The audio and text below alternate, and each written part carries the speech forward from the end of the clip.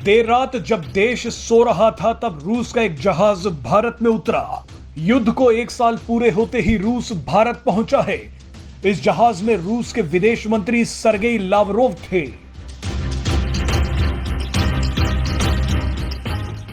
रूसी विदेश मंत्री के भारत में कदम रखते ही यह तय हो गया कि आने वाले दिनों में भारत में कई कूटनीतिक आतिशबाजियां होने वाली हैं।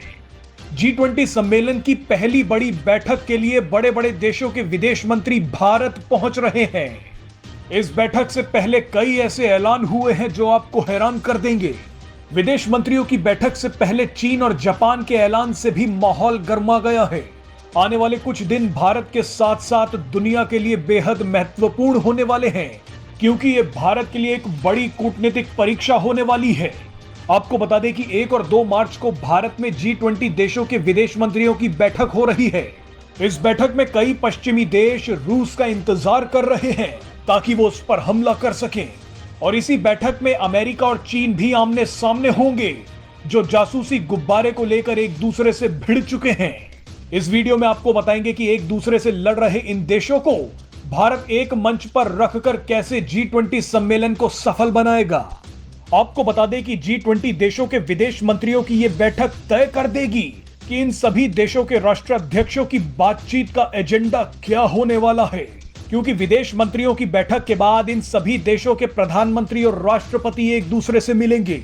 विदेश मंत्रियों की बैठक से यह पता चल जाएगा कि मोदी, पुतिन, जिनपिंग, बाइडेन और ऋषि सुनक जैसे राष्ट्राध्यक्ष कौन से कूटनीतिक दांव खेलेंगे। आप अंदाजा लगाइए कि जब रूस और चीन के सामने अमेरिका, ब्रिटेन, फ्रांस, जर्मनी और ऑस्ट्रेलिया जैसे देशों के विदेश मंत्री होंगे और इन सभी को संभालने की जिम्मेदारी विदेश मंत्री एस जयशंकर पर होगी, तो क्या जलवे होंगे। पूरा देश देखना चाहता है कि कैसे विदेश मंत्री एस जयशंकर G20 सम्मेलन को इन सभी देशों का जंग का अखाड़ा बनने से रोकेंगे। पश्चिमी देश चाहते हैं कि इस G20 सम्मेलन में भारत समेत दुनिया रूस का विरोध करे। फ्रांस ने तो यह तक कह दिया है कि अगर भारत रूस की निंदा नहीं करेगा तो वो G20 बैठक के घोषणा पत्र पर हस्ताक्षर ही नहीं करेगा। जापान ने भी अचानक बोल दिया है कि वो विदेश मंत्रियों की बैठक में शामिल नहीं हो पाएगा। अब इसके पीछे क्या कारण है ये अभी तक साफ नहीं है। अब बयानों के इस जाल में विदेश मंत्री एस जयशंकर को ही रास्ता निकालना है। रूस ने G20 सम्मेलन शुरू होने से पहले ही कह दिया है कि पश्चिमी देश भारत में मंच का दुरुपयोग कर सकते हैं। रूस ने कहा है कि इस सम्मेलन में व्यापार, जलवायु परिवर्तन, विकास और कृषि जैसे मुद्दों को ही उठाना चाहिए, लेकिन पश्चिमी देश इस सम्मेलन को यूक्रेन की तरफ मोड़ना चाहते हैं। रूस ने कहा है कि पश्चिमी देश भारत पर भी दबाव बना रहे हैं कि वो रूस का विरोध करे।